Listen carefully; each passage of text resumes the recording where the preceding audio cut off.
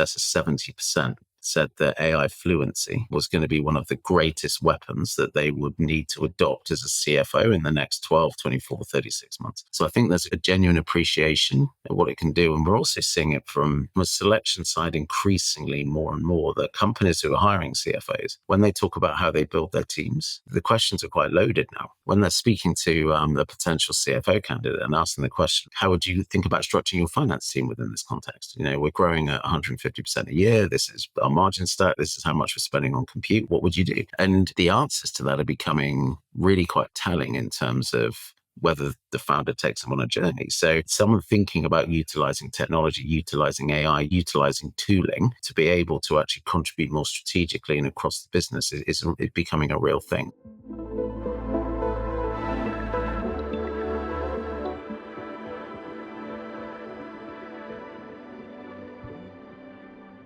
John, welcome to our show, Finance Unscripted. Thank you so much for joining us today. Super excited to have you here. We've been planning this for some time. So super excited to have this conversation. Just to get things started, so you built one of the best firms for CFO search and been doing that for some time. I think it's more than 25 years that you've been building the firm. That is extremely successful. My question is how you decided to focus on this segment? It's a great question, yeah. And well, thank you firstly for having me. I know it's great we managed to get it in, and super excited to be able to tell you a bit about us and, critically, hopefully with all these things, helping finance leaders of the future. Clearly it's the most important thing for us. How it all started is quite interesting. I always had a bit of a founder itch, I guess. Probably the kind of person that's not easily put in boxes. So always been slightly challenging for all those reasons. And I was actually working with one of the large headhunting practices in London a long time ago. So this would have been early 2000s. And I was in my mid-20s and on my way through in my career and quite enjoying it. And I was attracted to search in the first place. Post-university, just fascinated by human behavior, fascinated by how humans make decisions, fascinated by that whole thing, really. And, frankly, being in headhunting is one of the best places outside of psychology, presumably, to really explore that. So I was in a company, been there 4 or 5 years, quite enjoying it, but I still had this founder itch of wanting to do something. I guess like some founders, and many don't, but I actually can recall a real eureka moment, the when it happened. I was with a partner. I was a consultant at the time, so building my career. We was with a partner with a big company, a large UK listed pharma that you would have heard of. And we were in their head office having a conversation about a divisional finance director they were hiring. And this was so long ago. They had finance directors. There were no CFOs in Europe. And we were sat with the HR director because there was obviously no chief people officers either. And I remember she put across the table the job description. And it was very, this was a FTSE listed company, divisional finance director, so big role. But they'd hired the role 3 times in 14 years. And they were so locked in on what they needed and what success looked like. It was really very identical. It was cool. So the opportunity for us maybe to influence was relatively minimal. But that was cool. That was a job. That's what it was. So we got given the job description to the brief. We went back to the office in St. James's and a call, and this would have been 2002-ish, and there was a call in the office, and there was some mirth because an internet entrepreneur had phoned to the head office of this, one of the globe's biggest search firms, saying he needed a finance lead and didn't know and was recommended to talk to somebody. So clearly the partners thought this was great. 2002, post the .com explosion, there was no one wanting to work for a .com. But I thought, what, I'll go and talk to this guy. So in the afternoon, I wandered up to Camden and met this guy. And, in stark contrast to the morning, I sat down with him and he said, look, I've raised some money. I've got this business. And it was an e-commerce company, as in those days called an e-tail company, I believe. And apparently I need a finance lead and I just don't know what do they do? What do I look like? What I hire? How do I do that? So I had 2 hours with this guy and it was the most energizing conversation in stark contrast to the morning. And it was about what's the trajectory of the business? Do you need to raise more capital? How are you managing your inventory? Who's doing what right now? It was absolutely fascinating. And the energy from working with that founder for 2.5 hours. So I walked back to the office, which was a huge distance. And I thought, actually, I'm going to go and do this. So I actually wandered up and that day resigned, which obviously much conversations around where you're going to. And I explained what I wanted to do. People thought I was crazy, obviously. But the thing that really taught me was those 2.5 hours that it isn't vanilla, and actually hiring a senior finance lead to a founder-led business. There's so many factors that would inform, the size and shape of that financially orientated leader. And I really learned that day, frankly. So set the company up. That internet entrepreneur became our first customer, first client at the time. It's a guy called Nick Robertson, and the business was ASOS.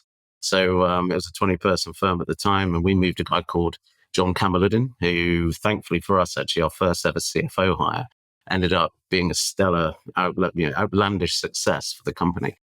Grew it through to a 5 billion market cap company, and John is CFO for most of that journey. But that's how it started. But and we haven't looked back, and we're now a firm of 20 people. Very lucky. I've got a phenomenal team of people, and we really geeked out on this function in this ecosystem. We've identified 15 different archetypes of CFO. Lots of different factors that go into informing that, I'm sure we'll get into. But that was how it all started. So thank God for the farmer in the morning and Nick Robertson in the afternoon. That's where it all kicked off. That's incredible story. And for these years, I'm pretty sure that you've seen so much changes. You will learn a lot how the function is changing, the needs are changing. And it's also like interesting role. I was speaking to a CEO of a large CPG company who said that this is such an important role, but then a lot of CEOs and founders, they just don't want to go in that space, and they wanted to have someone extremely strong taking care of the finance. And probably for you, it was a pretty amazing partnership with the CEOs, with the founders, trying to find that right personas. One thing I'm curious about, so for this year's, what was your favorite CFO placement? My favorite CFO placement? Wow. Hard question. That's a huge question. There's been a lot of them, thankfully. I think personally, I'd say, do you know what I think too? And I'd apologize for all of the other brilliant founders we've worked with some amazing companies. We're so lucky, like Mistral and Bolt and Helsing. So some wonderful, wonderful, wonderful businesses and seeing their journeys. And not many benefits of getting old. One of them is, I guess you see how a few stories end, thankfully. But I think I'm going to say they're two, and they're two for the same company, because it actually utterly highlights the breadth of this role and actually how different stages of company need to hire a different type of individual. But our first CFO hire we did with Wise, actually, TransferWise as they were at the time, would have been 9 years ago. And actually, we ended up working with Christo and Tava and figuring out what they needed, which wasn't vanilla. It was all growth. They needed to break down new markets. They were creating new products. They were proper first principle thinking, obviously, in those days. And we moved a guy to them called Matt Bryars, who did an unbelievable job. He scaled it through from Series B. It was just before their round with Andreessen, which was groundbreaking itself at the time. This is 2015, so a long time ago, and did the growth journey through and actually led the IPO, which was an astounding journey for him and the company. And then he stepped back actually due to illness, and we hired that would have been almost 10 years later the CFO search again. So we went and Christo brilliantly appointed us again to do it, and we ended up moving a guy called Emmanuel Thomason from Wise from Delivery Hero in Germany to Wise. But the reason why they're my favorite hires, I think, is the company had gone from 200 people to 4,000, seeing the impact at first hand that Matt had on that business in particular, that we'd actually, we'd moved this guy and been involved in some tough discussions around what they needed as well. But just seeing that whole journey was so gratifying. But some things don't change. It's still founder-led. The same idiosyncrasies are there, the same drivers are there, the same level of ambition is there. And I can remember working with Christo first up, and he said, we're going to make this $1 billion company. Now they smashed that, but actually seeing Christo again 10 years later, and he said, we're going to make this $100 billion company. But that level of ambition of founders, and Albert, I guess you'll connect with this yourself, it just doesn't go away. So finding CFOs that can do that journey with them is huge. And so I think they're probably my two favorites, amongst loads and loads and loads of others, of course, as well. Yeah, Matt is phenomenal. We spent quite a bit of time with him as well, and doing events together, and he's helping with some advising as well. As definitely phenomenal visionary thinker in this space. Yeah, no, he's a great guy. So yeah, that was definitely, I think, two of the favorites. Yeah. John, in terms of the journey of you building the firm, I'm pretty sure there were lots of ups and downs. But like,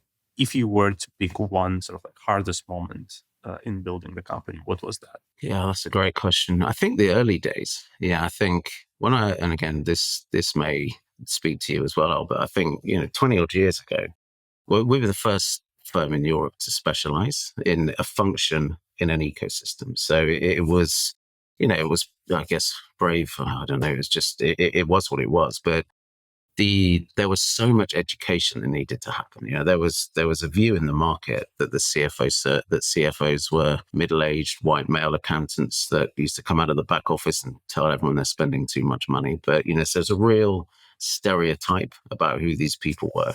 So I'd say the first 5+ years was all about education. The ecosystem wasn't the ecosystem. So actually also finding companies that needed this resource. So finding brave founders, finding founders that were trying to access capital in a way now that our ecosystem is so established in Europe, thankfully, that we talked about, your investors and the US investors that come in, they're such a joined up piece now. The early days wasn't like that. And you doubt yourself at times, right? And I'm sure you have too. And you get those moments at 3 a.m. where you think, why am I doing this? This is crazy. People aren't listening. People aren't hearing. And it took 4 or 5 years to build. And post then it became, I think that was the hardest time. I think it was, and the resilience that teaches you and the determination and all of those things. But then, I think, and this maybe is a bit of founder DNA, even though I'm a founder with a very small f compared to a lot of the companies we support, of course. But when you get that win, when you get the founder that gets it, when you get the founder that hires, is brave and doesn't hire a middle-aged white male accountant, they hire the up-and-coming female strategy person, etc. You think, shit, we're making a difference. This works. This is great. And so from that perspective, I think those are the hard moments, but they're always elevated by the wins, right? And to think where we are now, I mean, is just it's such a big departure from those days. And but also the hiring of people, hiring people in companies is difficult. And, we're lucky now that we've got an amazing blend, an amazing team together that are also exponents and experts too. So, but I think those early days, the getting off the ground, the being the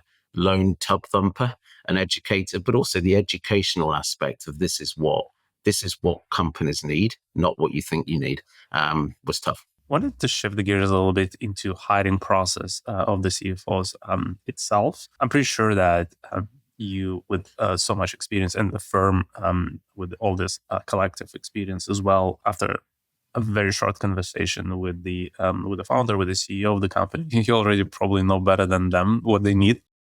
So how does the process work? Like, what are the stages of the companies that you support, and how do you actually structure the search? The companies we support are typically, actually, it can be relatively early, and there's a few dynamics that will inform that. Some structures or some monetization models, for example, will require a senior finance leader much earlier. So small things like if it's a business that has a lending product at its core and you have to access debt capital markets, you may need someone more senior early. There's complexity around that piece if it's regulated, or certainly now with, you're looking at AI companies, et cetera, and their margin stack is so different. They're hiring no people, but they're spending hundreds of millions on compute, and actually how you fund that becomes the thing for the CFO to think about. So lots of complexity, but so we work from Series A, really late seed A through to late stage pre-IPO and, early mid-market private equity. We don't do too much in terms of big leverage buyouts. In terms of the process, it comes back to this point that, we don't, at Altima, as I said, this is literally every individual, every conversation that's happening is going towards the same end, which is understanding this function in this space. And there's no cookie cutter here. So helping founders really understand where across the financial, operational, strategic, commercial spectrum someone needs to spike to have an outsized impact on the journey of that business. Is everything we do, not just table stakes. We don't be hiring someone that just does great financial reporting and that's it, right? It's about actually having an outsized impact. So we don't necessarily have short conversations with founders. We spend a lot of time with founders. We spend a lot of time with investors. We love talking to the rest of the senior leadership group in terms of what they're experiencing. And again, the way a CFO will lean into go-to-market, the way a CFO will manage the product guys and work with them is also instructive. So the big part we do is, and it's productized now as a discovery process around really understanding what those drivers are of the business that will inform the size and shape of financially orientated leader a company needs. That is key for us. That's the way we set things up. And there's always a surprise. And some of our best, I think some of our utter advocates and evangelists in the market, so the CEOs that came to the table saying, listen, we know what we need is this. And then 2 hours later have gone, actually, wow, that's completely different. Now, we worked with a company called Wavefly a few years ago, actually last year, inventory debt product. And, they utterly assumed they'd need a capital markets guy. But actually, their biggest problem was around filling their funnel and understanding their CAC to LTV and understanding actually the profitability of each company they supported in the loan. And actually, we hired a guy called John McAdoo, who was a complete SaaS guy, who helped them think about their go-to-market proposition in a very, very different way. They had a great debt capital markets guy.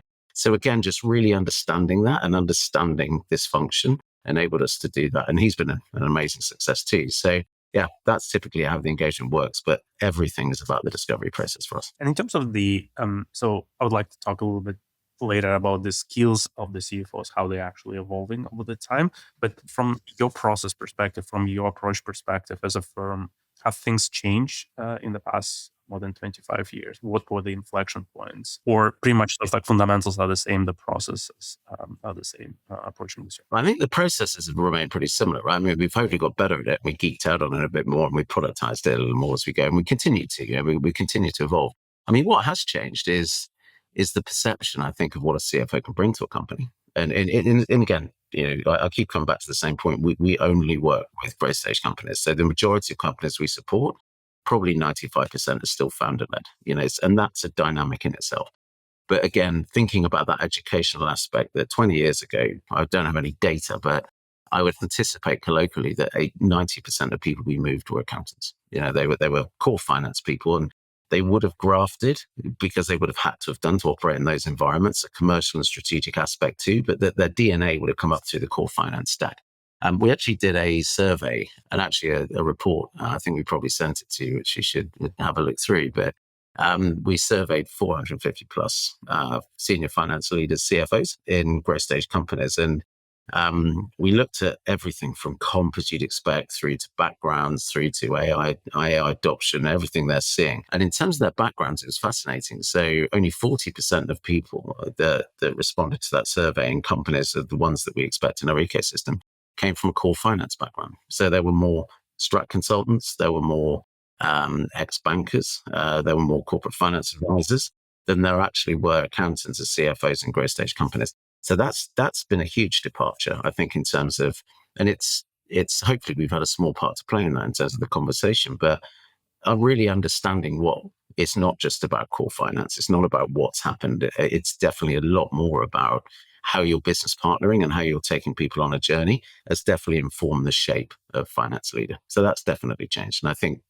we've seen these people have had massive value to companies' growth journeys. Yeah, this is excellent transition to the skill set, the evolution of the skill set of the CFOs. And the report that you published is just amazing in terms of the data that you're showing there. So many insights. So we'll share this in this video in the comments somewhere. But if you haven't looked at that, just definitely sort of something very interesting to study. So this change in terms of the background of the CFOs that you just mentioned, why do you think it's happening? What is driving that? I think a few things. So when I think over the period of time, I think one of the big ones actually is where the sources of capital are coming from, how boards are put together in the last, and I would say this is maybe a 10-year thing, as in 10 years, not 10 year. A 10-year thing there, as opposed to 25-year. I think that was, in my experience of doing this, there's 15 years of relatively slow growth and then in real explosion 10 years ago of US capital coming into Europe. And what I think came with that was a different way of thinking about what a CFO does for a business. So if I think around the amount in the Bay Area, the amount of ex-investors from Khosla or TCV or TA that end up as CFOs of companies that then go on to list at NASDAQ. And our ecosystem was so far behind that 10 years ago. And I think the increasingly, and Stacks is an example. You've got Lightspeed now on your cap table. You've got that US influence too. So around the boardroom, conversations are different about, and the expectations of a CFO have been different from those investors to what they were from the more traditional, perhaps more conservative European investors. I think that's had a big part to play in it. And the associated globalization, also post-COVID with remote working, that definitely accelerated, I guess the crossover of US thinking and what a CFO can bring. And of course, we're seeing more and more successes. We've seen success stories now of European companies scaling. We're still short of a few exits, as we all know, but that hopefully will come. And the roles that CFOs can play in that. But I think if there was one thing amongst all of it, I'd say the biggest thing has been the US way of thinking, the Bay Area way of thinking about what a CFO can bring to a company, and therefore what they don't like. In the spectrum of this shift from bookkeeper to strategic thinker, if we look Europe as an example, where do you think the transition is? How many % completion we are towards the, CFOs being strategic thinkers? That's a great question. And this is obviously going down for posterity. So I'll be held to this at some point. I think we're most definitely I think we've gone over the hump. Let's look at it like that. And actually, empirically, so if you think about those 450 people that we surveyed, more than half of them aren't accountants, and they are CFOs in growth stage companies. So that in itself will indicate that we're on the right, that we've probably done more work than there's left to go, if you will.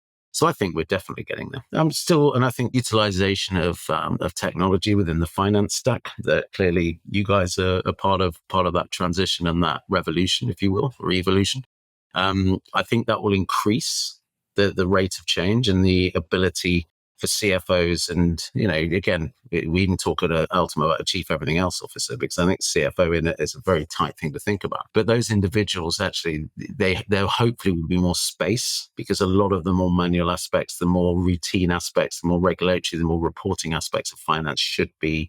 It seems that we have tooling now that will continually go up the finance stack, that hopefully will mean that CFOs have more time to be focusing on the real lever shifts of growth within a company and taking, whether that be the business partnering aspects internally, whether that be articulating the equity stories, thinking about different sources of capital, working with CEOs about capital allocation strategies, where you place your bets and how you think about that.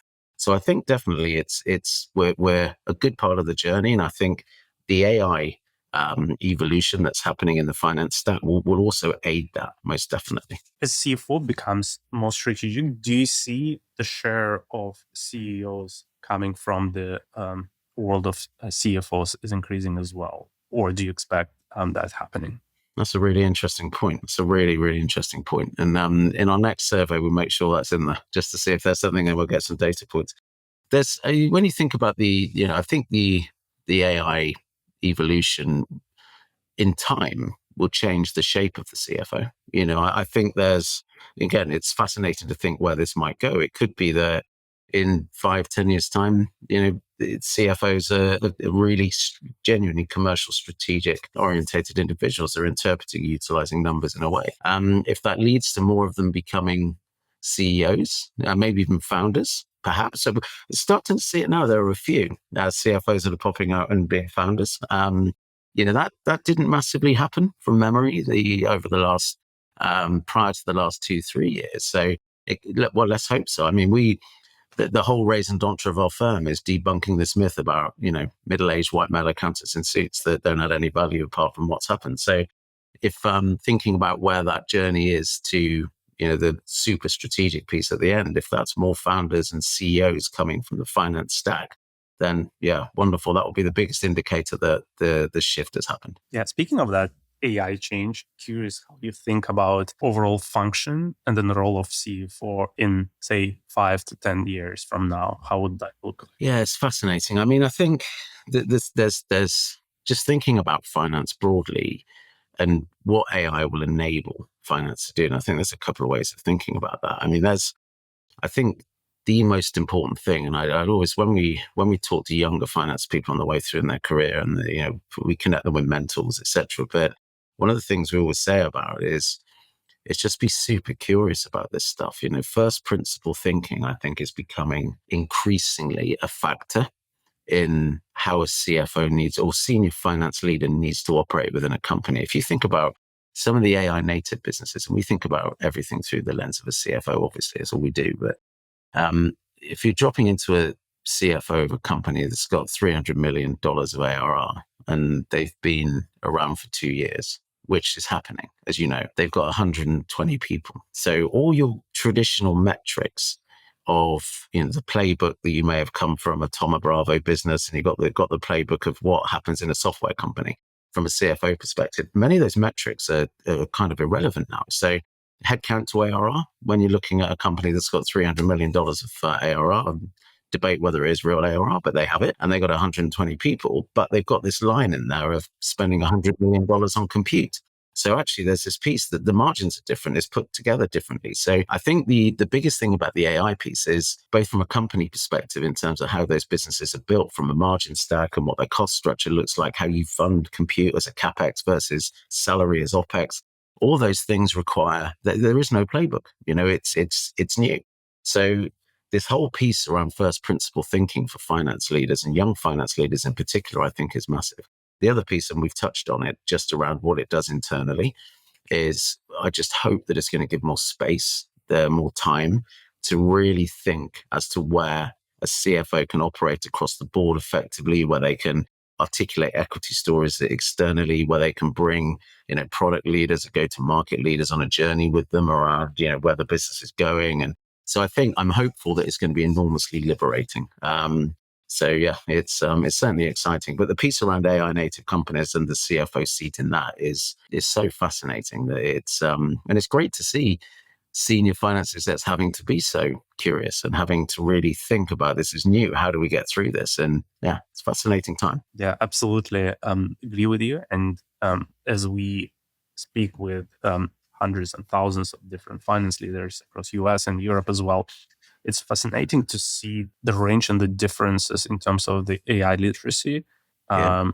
Starting from someone like CFO of Synthesia, Dan, we did a couple of events together, who just like in the details, talking about how he's building agents himself, to some other companies that have very little understanding of what's happening in the market as well. And and there are a lot of companies out there, which means we are just in the beginning of this transformation that would sort of like put pressure on a lot of leaders to change basically over the next years. Yeah, and we saw that in the survey too, in the report we did, that when we touched on AI, I think it was in excess of 70% said that AI fluency was going to be one of the greatest weapons that they would need to adopt as a CFO in the next 12, 24, 36 months. So I think there's a genuine appreciation of what it can do. And we're also seeing it from a selection side increasingly more and more, that companies who are hiring CFOs, when they talk about how they build their teams, the questions are quite loaded now, right? So actually, when you think about if a founder, and we're encouraging founders to ask these questions, and investors too, when they're speaking to a potential CFO candidate and asking the question around, okay, we're a rocket ship, as obviously everyone says, but how would you think about structuring your finance team within this context? We're growing at 150% a year. This is our margin stack. This is how much we're spending on compute. What would you do? And the answers to that are becoming really quite telling in terms of whether the founder takes them on a journey. So someone thinking about utilizing technology, utilizing AI, utilizing tooling to be able to actually contribute more strategically and across the business is becoming a real thing. So I'm hopeful that the adoption of that within finance will be huge. But I think, yeah, we're seeing it. And the critical thing is there's an awareness. There's an awareness. We can't not be aware of AI, but there's a genuine awareness from 70+% of that cohort that we spoke to, that actually this is going to be the biggest thing above fundraising. This is, by the way, when we talked about what are they seeing as being threats, challenges, opportunities, this is way above fundraising climate. This is way above hiring. This is way above sorting out messy cap tables. The number one thing was becoming AI fluent to a degree that they could really impact their business. John, you mentioned a little bit the young talent. Wanted to chat a little bit about the next generation of the finance leaders. Probably a lot of these people just like watching us today, and they aspiring to be leading the finance teams in a couple of years from now, and you are at the forefront of demand in terms of what companies are actually looking for. So for someone who's just thinking about building the skills, building the career, so what the framework should look like, how these people should actually just prepare themselves for the demand out there, or maybe there are actually some pockets of the demand that is very hard to find people with specific knowledge that you see that you can recommend people to start actually looking at. Yeah, it's good. I mean, you touched on something which is quite interesting in terms of, you mentioned demand, and there's the last few years, the market for CFOs, experienced CFOs in Europe that have seen a journey.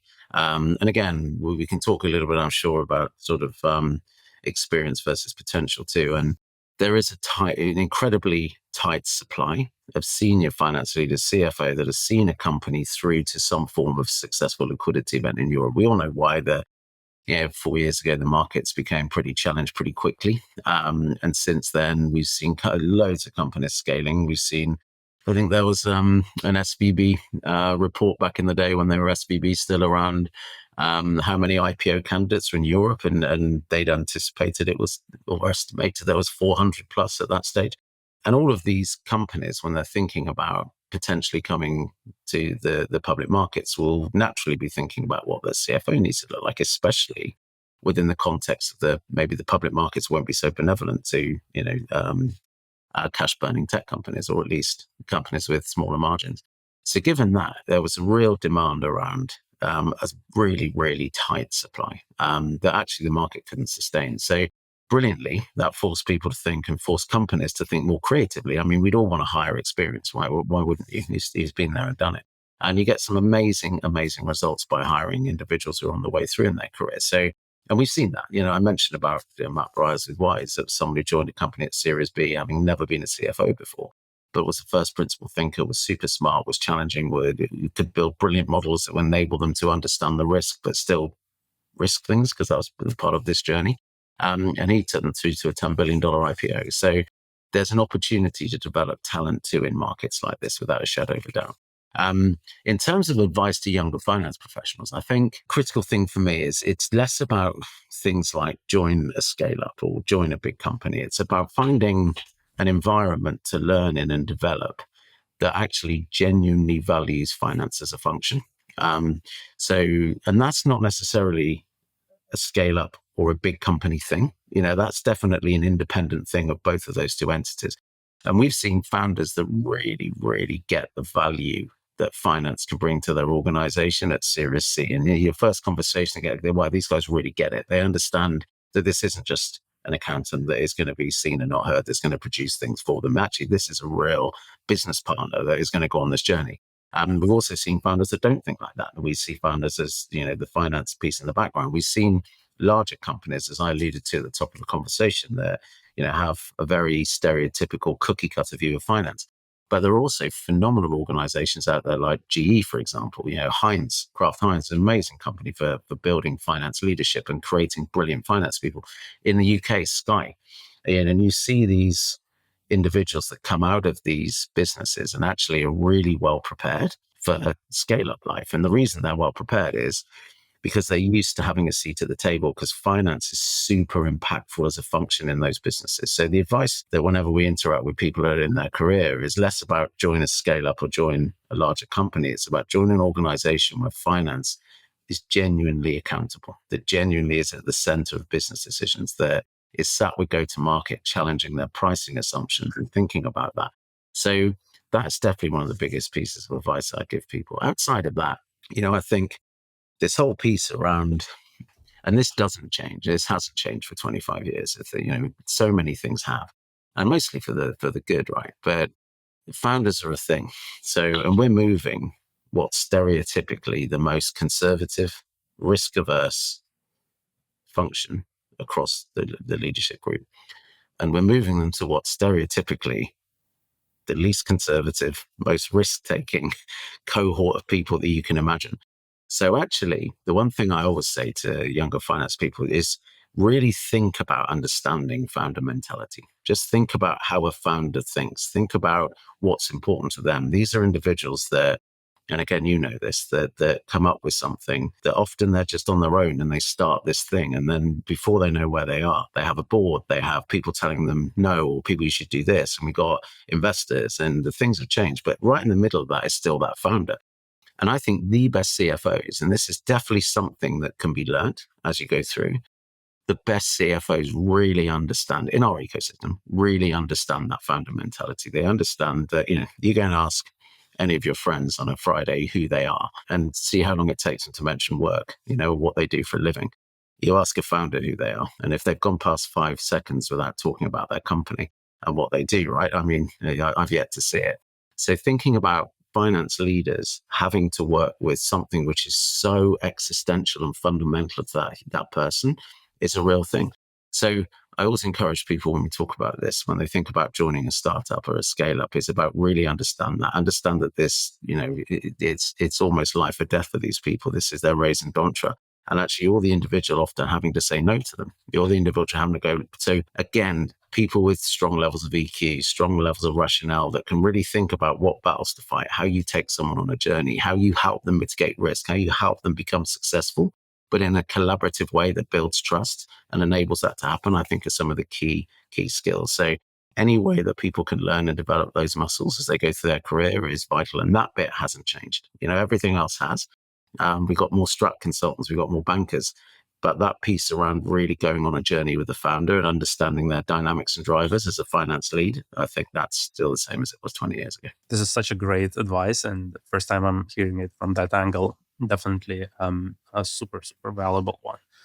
You mentioned advice of joining in the companies that think about finance as a more strategic function. When you being hired as a CFO, obviously you interact with the leadership and just it's pretty straightforward how to very quickly you'll figure out that. But then sort of like if you are entering the company as more like a middle manager and you hope to grow there, very practically, what questions should you ask just to understand and just that the company is like that? I think I'd encourage people to ask things like at interview, and it depends who they meet, of course. I mean, if they meet people outside of out of finance, that in itself is a great thing, right? So if you're going in as, I don't know, an FP&A lead or something, and you're in the mid stage of your career, an FP&A manager or head of financial reporting or something, asking the questions around where does your CFO spend their time?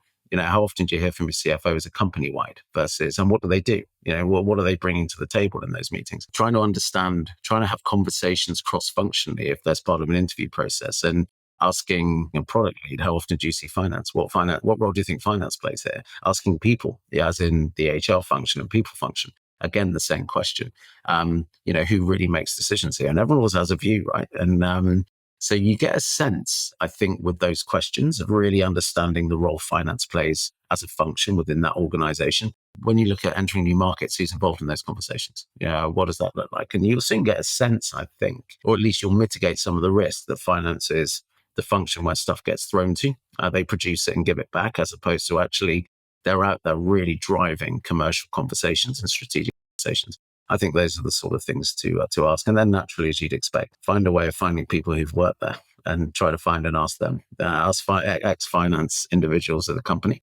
And if it's a bigger company, that naturally will be easier. But that's definitely the way I think about it, because it can be your ability to have impact as a finance leader by definition in a company that finance sits at the heart of every decision is greater, and the learning curve then is much steeper. So I think that's one of the big things I'd think about asking those questions. You also mentioned a little bit hiring for potential versus experience, and maybe more on the assessment side of the things, on the company side.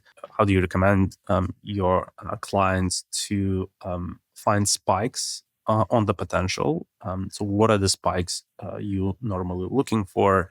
And maybe sort of like what are the spikes is one part of it, but then like probably there are some table stakes that you want to cover as well. Curious sort of like how do you assess for potential? Yeah, and again, this is done through several different ways. There's everything from, we use tooling naturally, and as you'd expect, through some of the core finance skills as well. But also there's, we've collectively got 100 years of experience with this now. So there's also a lot of instinct comes into this too, I guess, but more science than art, I would say.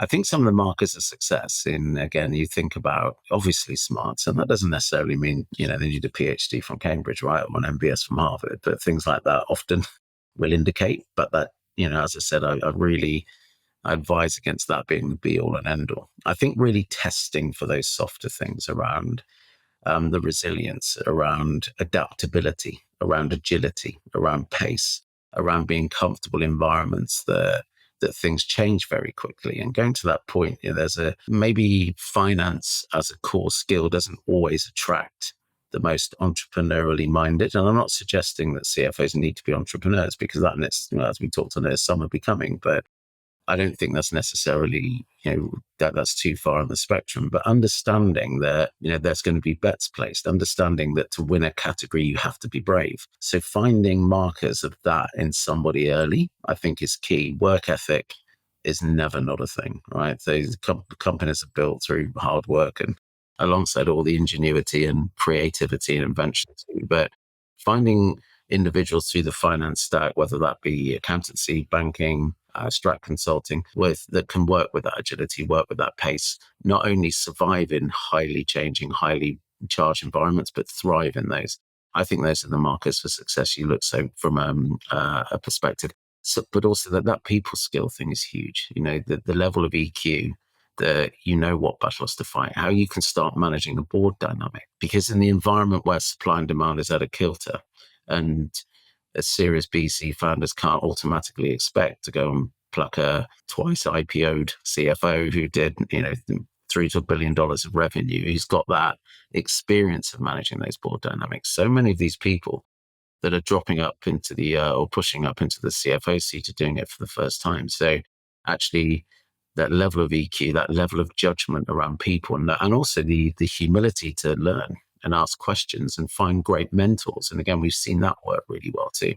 So from that perspective, I think those are the core traits that you can build on. And, the appetite to learn, the agility, the pace, the EQ, and the work ethic. If all that stuff's in there, and the smarts naturally. If all that's in there, there's a lot you can do in terms of helping someone on that journey. Sounds like not very different from other roles as well. Yeah. As we're hiring, so have a very sort of similar approach here as well. John, next, I wanted to touch the topic that everyone really curious about, but very often people don't talk about, compensation. Yeah. And I think in your report, you touched that as well. And obviously you're seeing the market very well on that front. So yeah, I guess the question is who makes most of the money in this space? Who makes the catch? Well, increasingly CFOs, right? So we've seen significant comp inflation in the last, and that's not outside of the fact that I'm getting old now. So generally salaries rise over 20 years naturally by enormously. Over the last 3 to 4 years, we've seen a really significant spike in how CFOs are compensated. And we collect, as you'd anticipate, masses of data. We got a model built where we can put all this. And it's actually, there's two dynamics that I think are super interesting. And the report actually flagged this, our survey. The first thing, which is less surprising, is it is ultimately a marketplace. And in any market, when supply and demand are at a kilter, naturally pricing increases. Scarcity drives pricing. Scarcity has driven pricing in this. And there's a really interesting dynamic here that, we touched on it earlier about that there's been, there's not the level of exits that happened in Europe like we would have expected by now in 21. And the reality is, there's a product leader, a tech leader, a go-to-market leader maybe won't be incentivized to go through an IPO. They're incentivized possibly and interested in other things. And not even an IPO, whether that be a secondary to a financial sponsor, whether that be a strategic acquisition.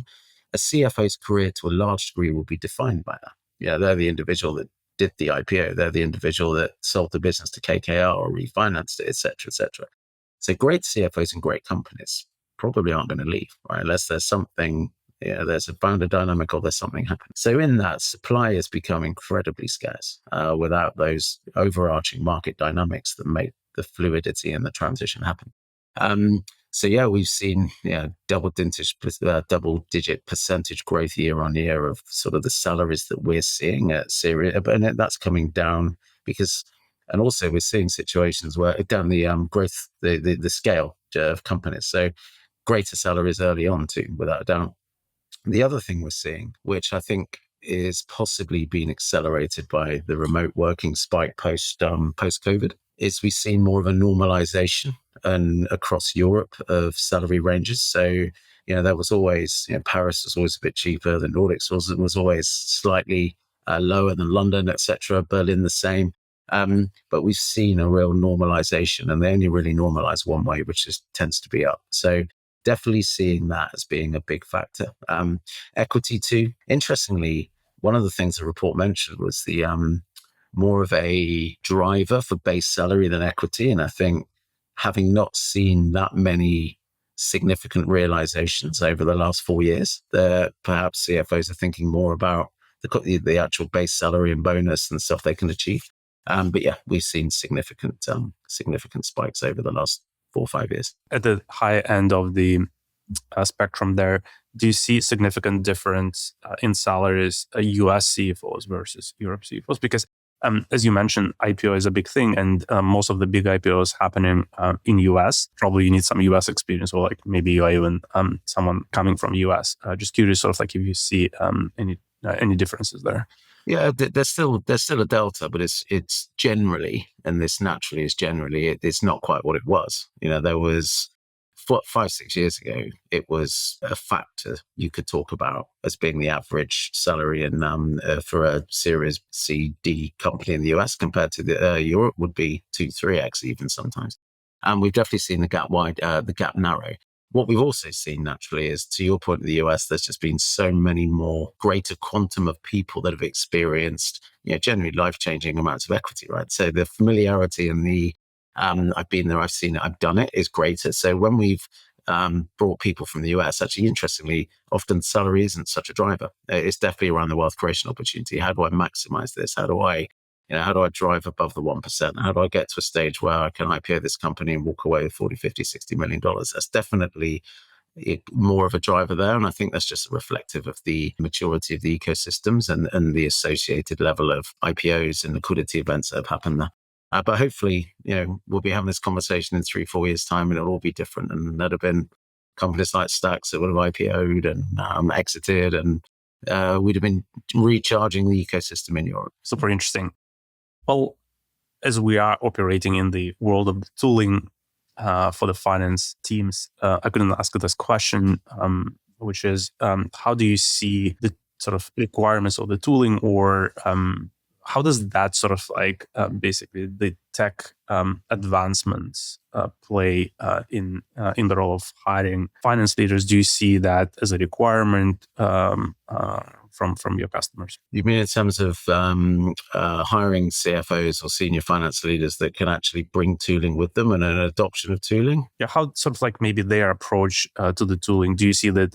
Do you see this as a part of the assessment as well? So how like, are they going like all in on automation? Like how do you think about, like, are they AI native, whatever it means? Yeah, it's like a sales call for you guys to say about how many people are ready to put Stacks in. But yeah, it's we're definitely seeing that more and more as the consciousness around what AI can do in terms of productivity, even for things like cash flow forecasting, some of the most basic aspects of finance. In terms of how, again, this is much more colloquial as you'd anticipate than scientific. But, when we're helping companies shape briefs, this is essential to, and especially the companies that are AI native, as you'd expect, right? And versus maybe some of the more traditional software companies. And we can now talk about traditional software companies, which is mad. But when you think about the AI businesses, there's, especially in those environments, and whether that be the infrastructure layer, whether that be the application layer on top of the agentic models, there's a huge expectation that somebody would be super curious and super native and have a degree of understanding of the tooling.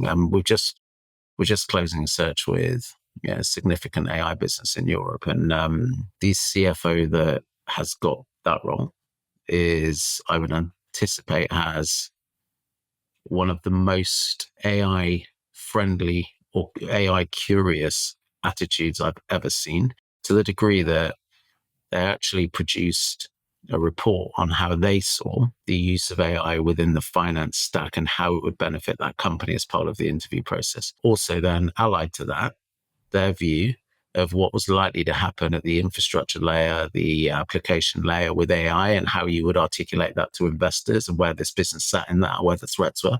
It was unbelievable. And I think that contributed significantly to him getting that role. So, and that's a great company and a great CFO, but it wasn't the traditional, right? This is how I would build a finance team. This is actually how I business partner. This is how tech and product. It was incredibly different. I was lucky enough to see that the report he sent. It was amazing. I'm sure AI didn't write it. That was definitely his own work. But short answer is it's becoming huge. And again, always thinking about if there's any young aspiring finance leaders, listening to this, hopefully that's kind of what we do it. They're just leaning into that enormously. It will become increasingly, I think, part of the selection process that it will be table stakes, that the understanding of the tooling, the understanding of how you can actually free up more time to add more value across the company, rather than spending your time building core finance systems in the traditional way in teams. I think it will be increasingly part of the finance stack. How do you think in terms of what workflows will be automated first and what workflows will still be very much human-based? I mean, there's people who's probably better positioned than me to answer that question. But thinking about, we did a survey. I keep going back to this report, but it's funnily enough, that was actually, I'm going to have to go back to one of the stuff, but that was something that was produced. People actually gave their thinking around that. So things like predictive cash flow forecasting, cost analysis, real-time performance tracking, all the sort of, the heavy lifting of finance. There's an expectation that is going to just almost go away in terms of the heavy lifting alongside it. The piece, I think, won't go away. And I think the piece that, in fact, will become increasingly more valuable within a finance person's armory is the ability to influence, is judgment, is the human aspects of finance. So when it comes to, and I know I've mentioned it a few times, but when it comes to sitting down with a chief people officer and talking about headcount and actually what the company needs to grow and where the bets need to be placed, or how you're in the market really articulating, where the value drivers are in the business when you're raising capital, or you're working with a CEO and a founding CEO around which markets to explore and why, and actually how those decisions are fundamentally made, I think will still be driven by a human being's ability to influence another human being. So no, I may be wrong. Yeah, I'm an old man now, right? As I keep saying, but there's a stage whereby perhaps in 5 years' time there'll be an agentic person who is much better at doing this than you or I or a CFO. But I think the doubling down on that will be the big thing. I think the human aspect, interpretation, the analysis naturally coming through from AI, but I think there'll be an outsized requirement in finance leaders in the future to have that sales aspect, that human aspect, to be able to influence other people into making decisions. The fun part of this question, 5 years from now, you can watch it and it's like, oh, I was like, not very ambitious in terms of my projections, or the other way around. We don't know, right?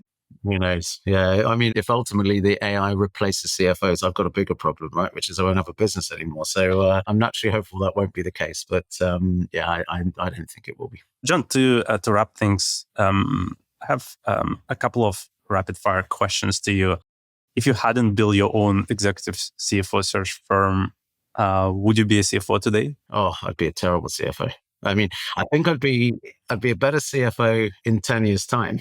I think hopefully the ability to influence and liaise and take people on a journey, maybe I'd be much better, but running a core finance team, I'd be terrible at. So no, it's thankfully I'm advising and not doing. That wouldn't be where I'd be. What finance skill will matter the most in 2030?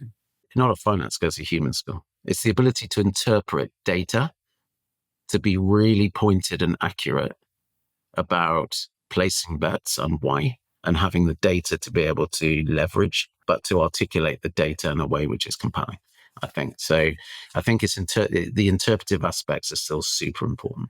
So I think that finance skill, that isn't going to go away as a core finance skill. I guess, we can delegate a lot of things to AI, but not accountability and first principle thinking. And yeah, so what, just one podcast or maybe blog or maybe book you would recommend to every CFO? There are so many things out there that are CFO centric around core finance skills, around et cetera, et cetera. But I'd actually, and I think most CFOs are probably reading those and they're well published. I'd actually, and it's less one, more of a theme. Going back to this point, think about our ecosystem.